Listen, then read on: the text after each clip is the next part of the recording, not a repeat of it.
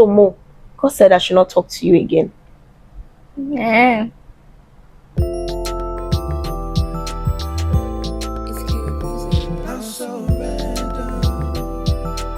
Hi guys, welcome to another episode of Not So Random with Mo. How are you doing? I hope you're good. I hope you're doing fantastic. We have a guest today. Hey guys.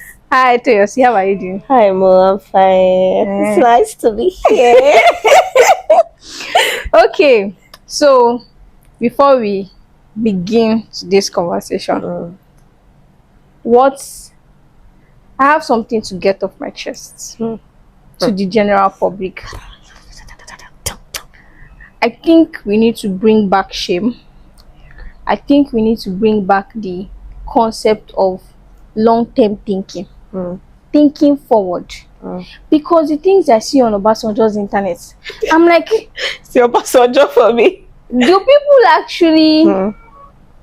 people believe in the concept of living long, or maybe you have even removed long life from your From the list. from your own Life list. your life list?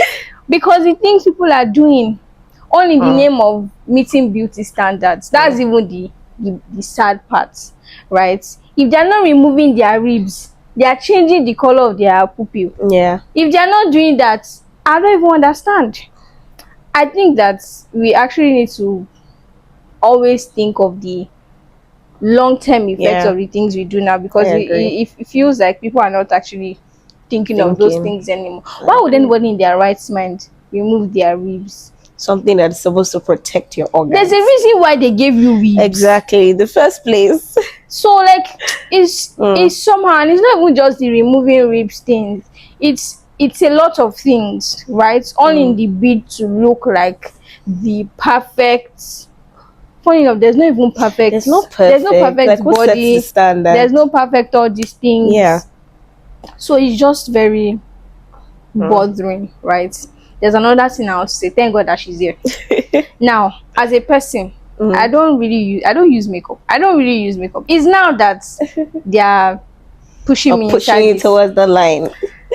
And I've been on the hill that I'm not going to wear makeup for my wedding. And every time I say that, the reaction I get, in fact, it makes me stand more in that decision that I'm not going to use makeup. People always like, what do you mean by you not use makeup? This one, that one. How will you not use makeup for your wedding? And I'm like, why must I use makeup? Is it a law? People that don't use makeup, is there something wrong with them? Is there something wrong with using your natural face without add-ons? So now, as one of the people that used to react, you put me on the spot. Explain yourself. Convince me. Okay. I think that for me, let me start from like the old standard, beauty standard and everything. So I personally believe that one of the things about trends and anything that has to do with certain transformation is that it's an endless journey. So, you know, there was a time where people come out and say, oh, as a lady, if you are not formed in this particular way, you are not matured enough. I mean, I heard that certain tribes still believe that. There's even something called the fattening room. Yes, for some tribes where you know you go in there, your hips have to be a certain way, have to be round and all of that. So there was a time where it was like that, and then another time came where you have to be skinny, what type of body form and all of that. So generally, anything that has to do with beauty, number one is, if we trace it back, the very first question we should ask ourselves is, who sets the standard? Who set the standard? And if we're speaking as believers, it's definitely not from God, because we all understand that God made everyone differently. So number one is, it's an endless journey to nowhere. So now back to, so if you do anything, let me complete that statement. If you are doing anything to your body, just understand, because of what people are saying and, you know, because of what's in vogue, a time will come where everybody's like, no, You cannot look like this. Yeah. So what do you do again? People What do have you gone do to again? do butt implants Exactly. and stuff, but they're taking it People out. are taking it out now. Even people that do this old breast, putting a silicone into your Yes, breast and all of yes. that. At the end of the day, there are people who are taking it off now. So what's next? Always ask yourself. So why not just maintain and be fit and ensure that you are looking good? So, and then down to the question that Moyo had asked. So I personally believe that there's nothing wrong in using your bare face. I mean, there are certain denominations that for their weddings they do not and at they look all beautiful. they do not at all do anything, not even as little as any powder, except But that maybe one is extreme. yeah. There are some people that they don't allow. I've heard of a particular denomination that they can wipe your face with a white handkerchief to be sure that there's nothing there. So there are people who believe the times are changing, but that you don't want to wear makeup for your wedding. It's okay, but honestly, I feel like you should. However, Why? I'm personally a fan of beauty enhancement, but not a total transformation. What that means is I'm a bridal stylist. So there are glams that are very subtle. What they do is you are already beautiful. They just enhance your beauty. Not to forget that it's called makeup for a reason. You understand? Or some people call it a glam or a makeover. Yeah. So it's called makeup for a reason. In terms of some of us, when I am awfully stressed, and you can see Yeah, it's you can like see the it's stress so on your obvious from dark circles to and we understand that. I mean, we all pray that we have a wedding journey that is very seamless. You're not going through any form of stress and all of that. I mean, you shouldn't go through any stress. You got me. So Sure. type glory.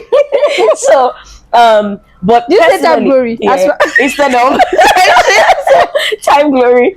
So when you are stressed, there's a way that it tells on your face.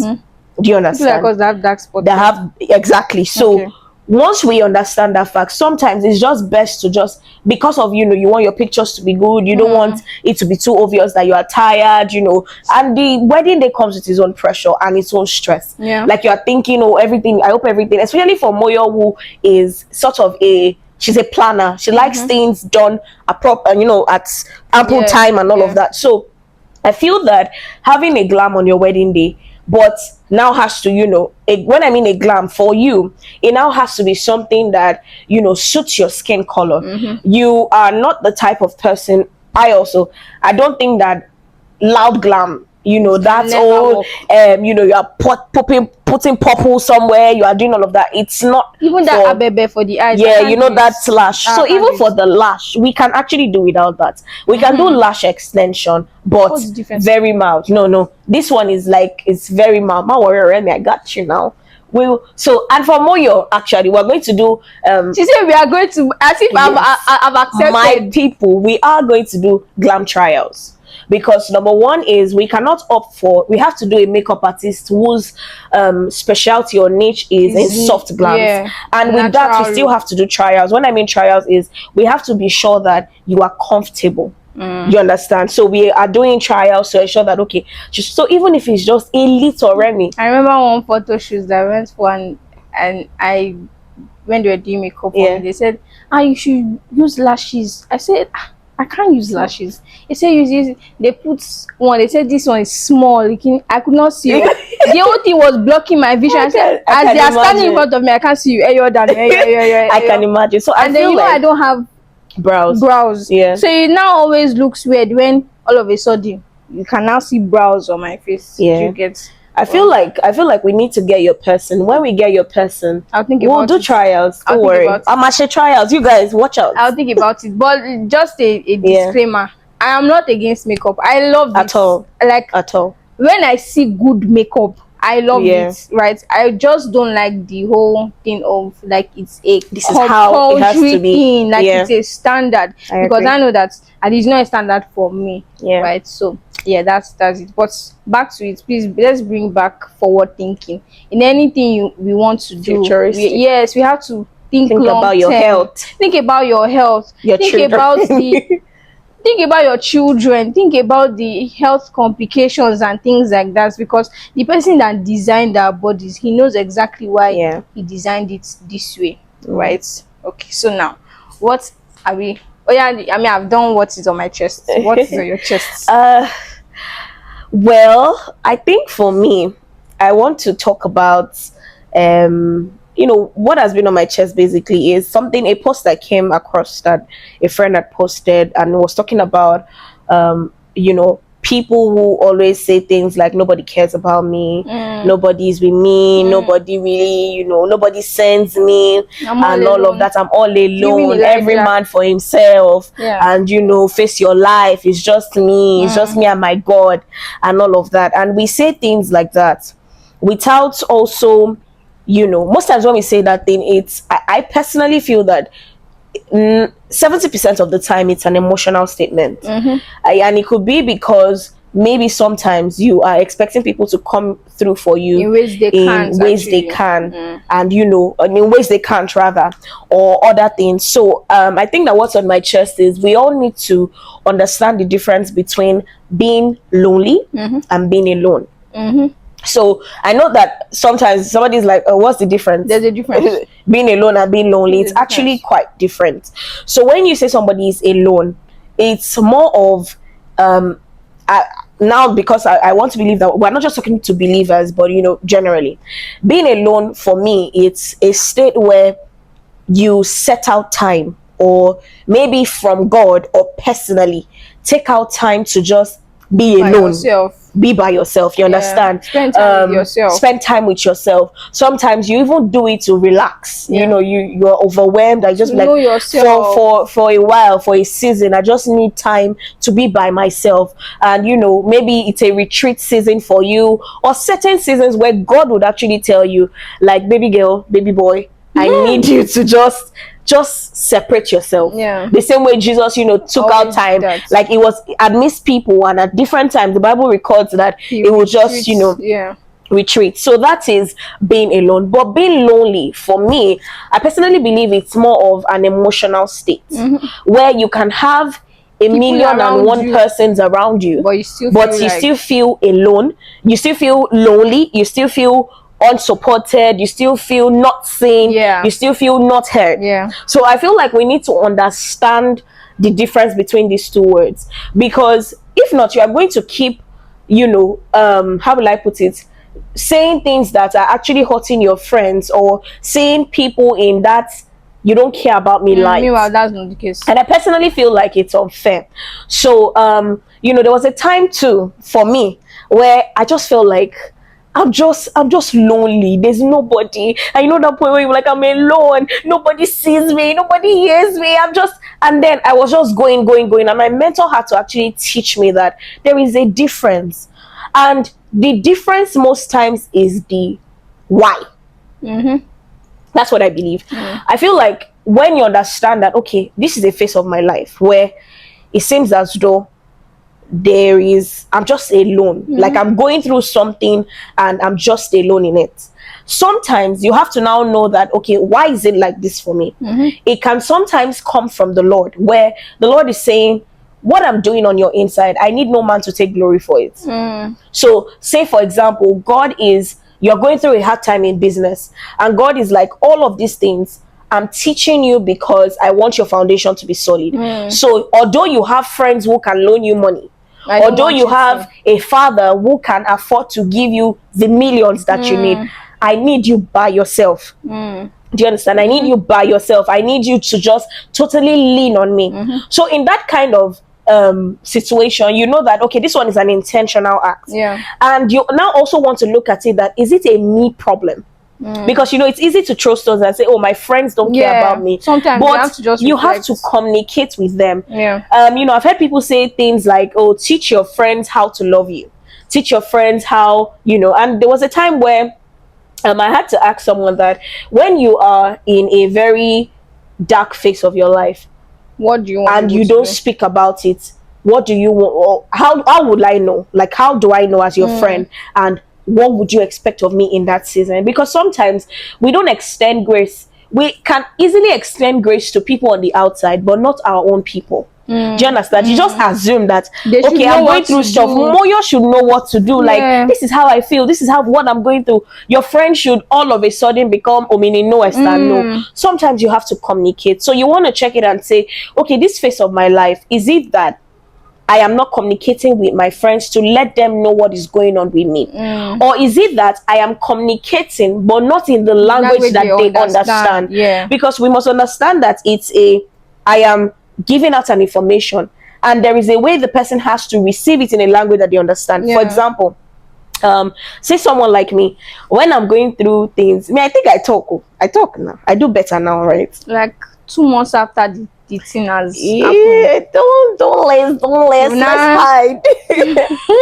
But yeah, so I might not tell you immediately. I think that's kind of person that I am. I will talk eventually, but I might not tell you like on the spot and tell you, oh, this is. Sometimes I do when like I feel like I cannot You have to handle address this. it We need to sharp, address yeah. this thing now. But other times I think that it takes a while for me to, because sometimes, sometimes once you actually sit down by yourself, You won't even know. you won't even know what the problem is. Yes, You understand? So yeah. sometimes I like to want to understand. I say, am I just overthinking this thing?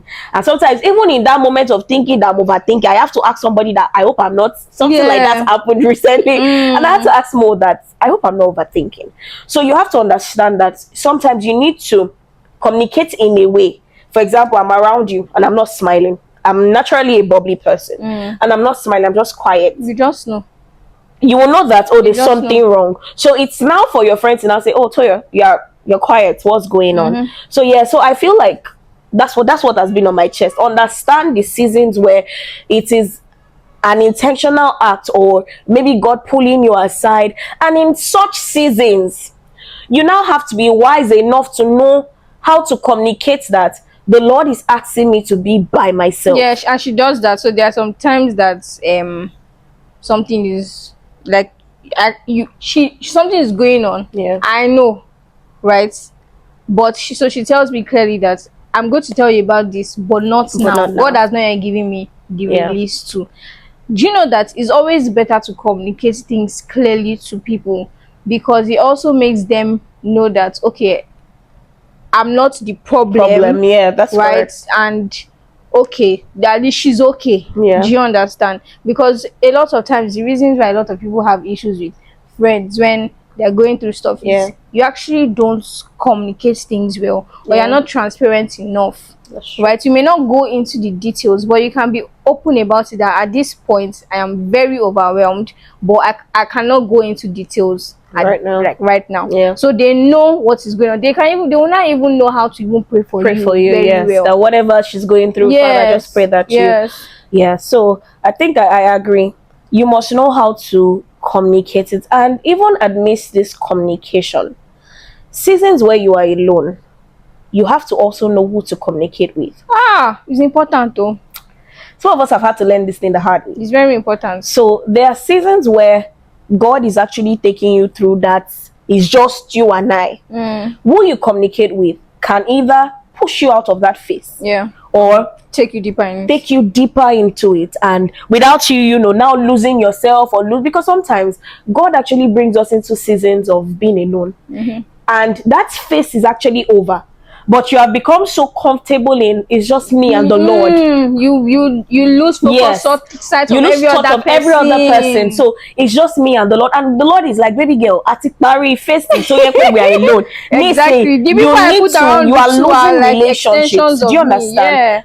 God bless you. The people that God has put around you, I believe that God is such a good father that he is watchful and mindful of the people that he puts around us. So even in that phase where you are alone, you must know who to communicate with. And in part of this, and Moyo, when we're preparing for this, they were talking about, how oversharing and knowing and vulnerability and all of that. So you must also know who to speak with. And I believe that in seasons where you are alone, there are times where the Lord can expressly tell you not to tell your friends. When I mean your friends, I'm not talking about your outer circle. Even your inner circle, details about what you're going through. It's not because they are bad people.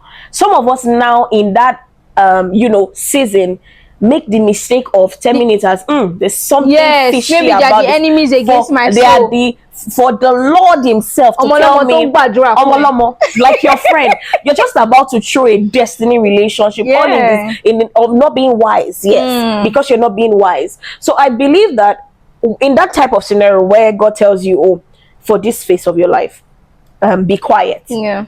Or don't share this Sometimes information. it's God that is even training us to talk too much. Some of us, it might just be God's training system for me. Do you understand? The person said, God, anytime I'm about to overshare, let me cough. I said amen. I said amen. Did I saw that too? Amen. I said amen. And I totally agree. And you must know how to communicate it. You know, I find it very unwise, very, very unwise. And I don't say this with, I don't say this, I don't mince my words. Like, I find it very unwise when you go to somebody and tell them, except maybe you are double sure, triple sure, everything sure that God told you to go and tell them that. Why will you tell someone, so Mo, God said I should not talk to you again? Yeah. Like, God said I should not talk to you again. Honestly, it's actually not wise. It's actually, I don't think it's a wise thing, because one of the things about God is that whenever he gives you an instruction, he backs it up with wisdom to act, to execute. Is the spirit of wise strategy. Like, part of the seven spirits of God is the spirit of wise strategy. You know, this is what people do too now. All these guys that are doing like that, they'll come and tell you, God said, you're my wife. God is giving you as an individual the instruction. You must be able to not to go and communicate the instruction to the person. It's for you to run with it. Okay, God says you should not talk to this person. What then are you supposed to do with that instruction? You create boundaries. You don't just block the person out. You don't just block the person on WhatsApp or something, or if you see the person, remove them from your status list. You carry face, and walk past you not say hi. That one is not even walking in love. If God is telling you don't talk to this person, or don't be friends with this person anymore, there's a way to execute certain things. If God is telling you this person is your wife, there's a way to go about it. You don't just barge into the person's DM. This thing is very, very key. Dear sister Moyo, sorry, the Lord told me you're my wife. He has not spoken to me, bro. He has not spoken to me. This person, let's even learn from the people in the Bible. We're very strategic. Why would you just go and tell somebody directly? No. And the thing is, even with God, if he gives you an instruction, and you don't know how to go about it, ask for wisdom. Ask. Yes. How?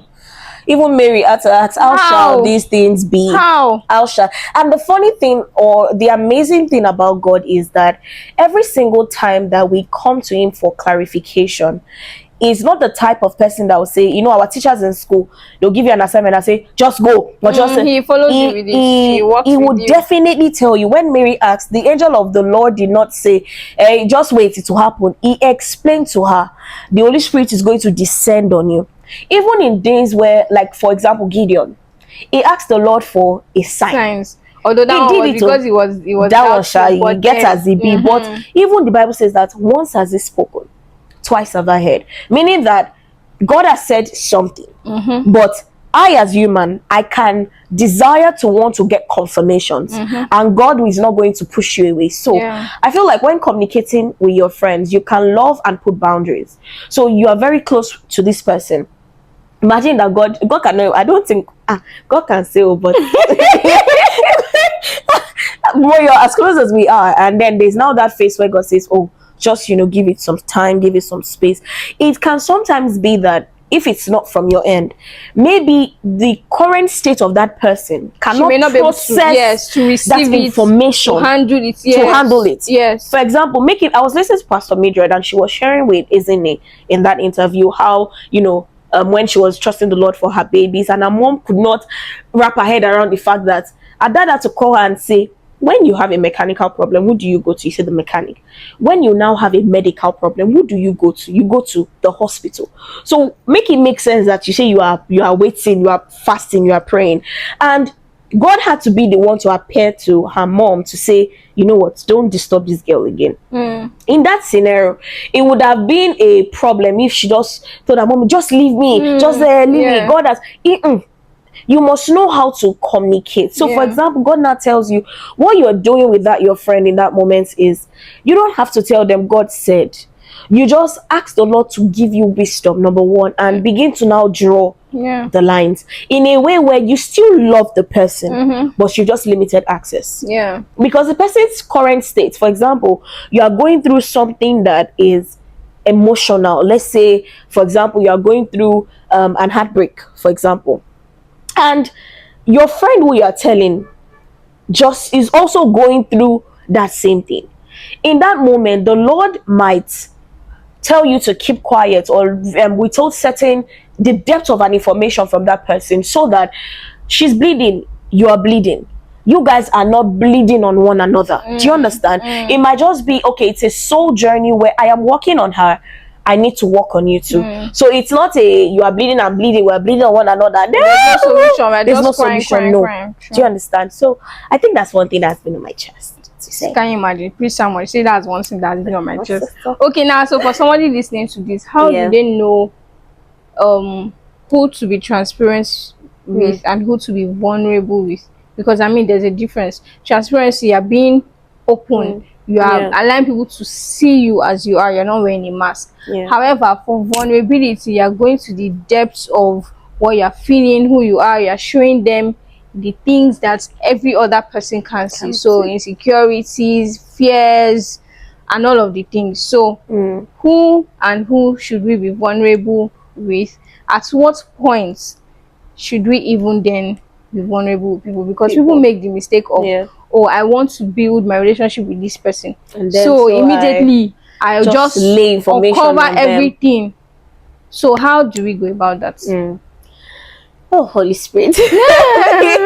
I think that for me, I would first say the why.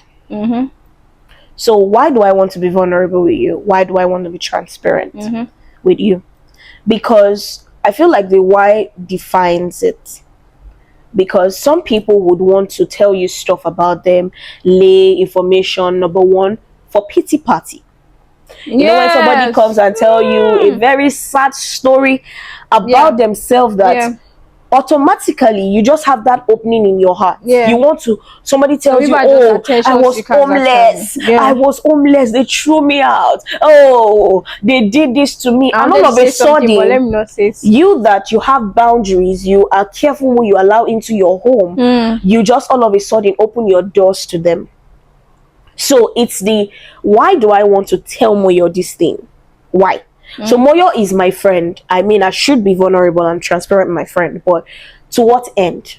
Do you understand? Is it to gain favor? Is it to look like the better person? Is it to look like I have it all? Like the why? Why?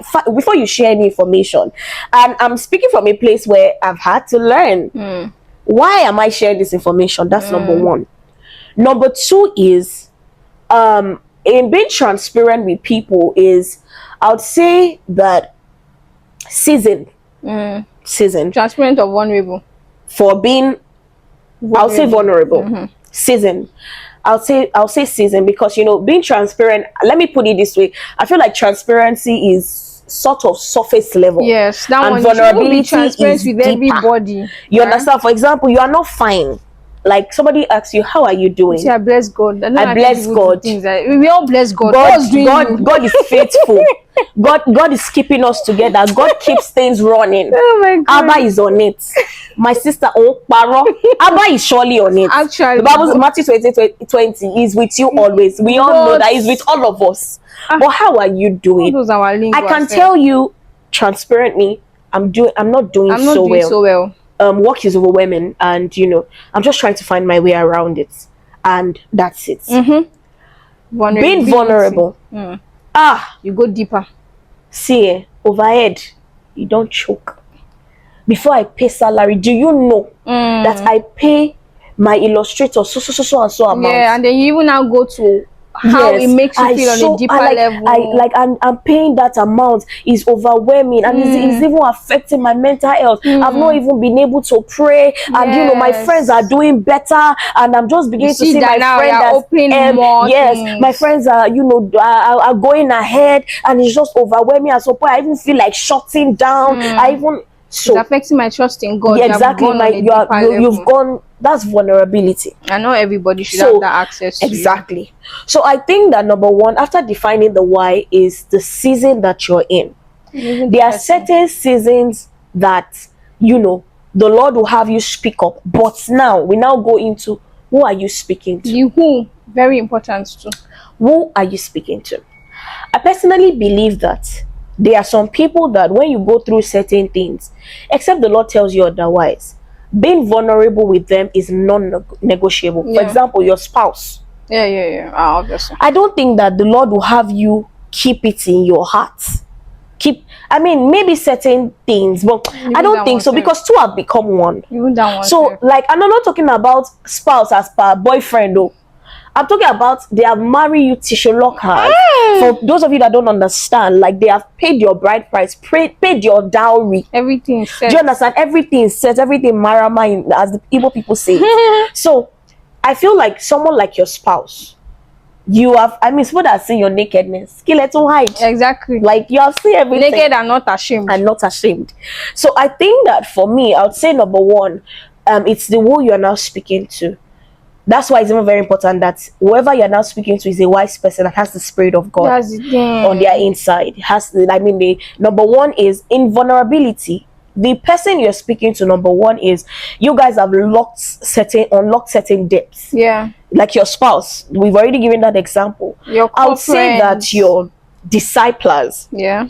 That's your mentors. And when I mean your mentors, people who have seen you on stage, off stage, inside, outside, and all of that, those kind of people, and that over time you trust their voice, you trust the Spirit of God on their inside, those kind of people. And maybe certain friends. And when I mean certain core friends, that is God that chose that for you. When you have left your 70, when you've left your 12, they are the type of people that as you are ascending that mountain, they can stay close to you, like close Jesus. Proximity, like Jesus. I told the three that people cannot pray, and you know, those kind of people. And even that one, you still have to be very discerning, because timing is key. Yeah. In that scenario, yeah, timing is very, very, very key. Timing is very key. So number one, I would say that who you're speaking, and even without who you're speaking to, you must speak to people who know how to bridle their tongue. Okay. So okay. even that, speaking of who, right? You know that I mean, my friendship, how I handle my friendship, I learned it from Jesus, and I think that's one of the reasons why Jesus only told John, the person that was going to betray him. He knew his friends individually. Yeah. It's very, very important to know your friends. Yeah. It will help you in even knowing what information to tell. Yeah, I agree. I'm very sure when I get to heaven, I'll ask Jesus, I know why I did not tell Peter that it's Judas. He would have killed him. He would have killed him. No, I'm very certain. To slice I'm so certain. I'm very, very, very certain. He would have. Peter would have done the work. But you told John, the gentle one, right? So I think that is even also very important to know your friends, know the kind of information some kind of information that they can take, they can receive, and even their strengths. Yeah. There are some things that maybe I have issues with. I know who I can go to, because I know that God has given this person wisdom in these certain aspects.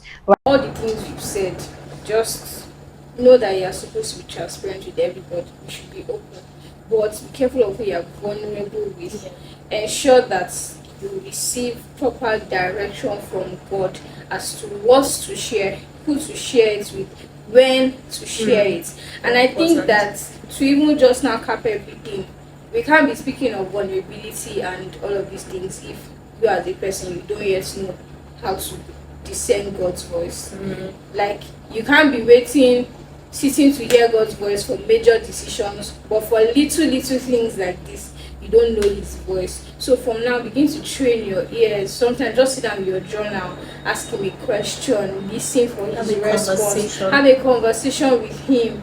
And you cannot be training your ears to hear the voice of God, but you are also feeding your mind and your spirit, your mind with every other thing is noise. You'll be able to pick his voice. So that's it on today's episode. Yeah. Share your lessons, your experiences, like, comment, share, Repost. repost, subscribe, everything that they used to do. Yeah. And we'll catch you next time on Not Random Pod. Bye. Bye. I'm so ready.